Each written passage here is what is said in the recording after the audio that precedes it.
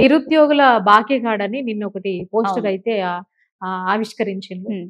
ఇప్పుడు సీతక్క గారు అంటున్నారు, అసలు ఏమి ఇయ్యలేదని ఎట్లా అంటారు వాళ్ళు? మేము 70,000 ఉద్యోగాలు ఇచ్చినాము. ఇంకా నోటిఫికేషన్స్ ఇస్తున్నాము. అసలుగా బీఆర్ఎస్ ప్రభుత్వం ఉన్నప్పుడు నోటిఫికేషన్‌లు ఇస్తే వాళ్ళ ఇండ్లల్లనే వాళ్ళకు నలుగురికి, ముగ్గురికి ఉద్యోగాలు ఉన్నాయనేసి సీతక్క గారు అంటున్నారు. సీతక్కకు పెద్ద ఉద్యోగమే దొరికింది. ఆనాడు మూటలు మోస్తూ, రీల్స్ చేస్తూ, ములుగు ప్రజలకు, ములుగు నియోజకవర్గానికి బాగా చేస్తా అని చెప్పిండ్రు. ఇప్పుడు ఆమె మంత్రి పదవి వచ్చిన తర్వాత, మంత్రి అయిన తర్వాత ములుగుకు ఆమె ఏం చేసిందో ఒకసారి చెప్పాలి. ఎక్కడ ఓట్లొస్తే, ఎక్కడ ఎన్నికలు వచ్చినా అక్కడికి వస్తుంది. గత ప్రభుత్వం మీద దుమ్మెత్తి పోస్తుంది సీతక్క.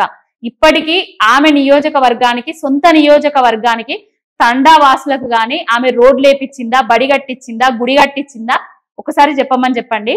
బీఆర్ఎస్ హయాంలో నలుగురికే ఉద్యోగాలు ఇచ్చినాయని ఫేక్ ప్రాపగాండా చేస్తున్నారు.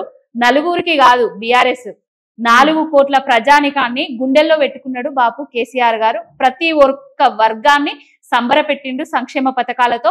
ప్రతి ఇంటికి సంక్షేమ పథకాలను అందించిండు.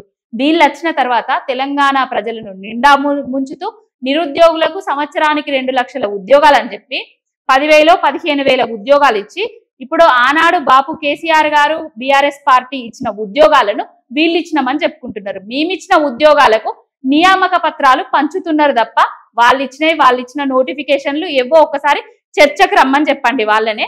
సీతక్క ఇప్పటికైనా ఇలాంటి చెత్తవాగుడు, ఫేకు ముచ్చట్లు బంద్ చేసి ఆమెకి ఇచ్చిన ఏదైతే మంత్రి ఉందో, శిశు సంక్షేమ శాఖ మంత్రి కదా, పిల్లలకు న్యూట్రిషన్ కిట్లు అవి ఇస్తలేరు.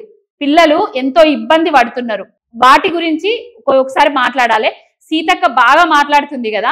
మొన్నటికి మొన్న బతుకమ్మ పండుగకు ఆడబిడ్డలకు బాపు కేసీఆర్ గారు బతుకమ్మ చీరలు ఇచ్చేటోళ్ళు. 2 చీరలు ఇస్తాం, 3 చీరలు ఇస్తాము.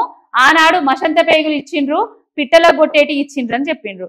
మరి ఈనాడు మొన్న పోయిన బతుకమ్మకి ఏమి ఇచ్చిండ్రు? వాళ్ళు చీరలు ఇచ్చిండ్రా?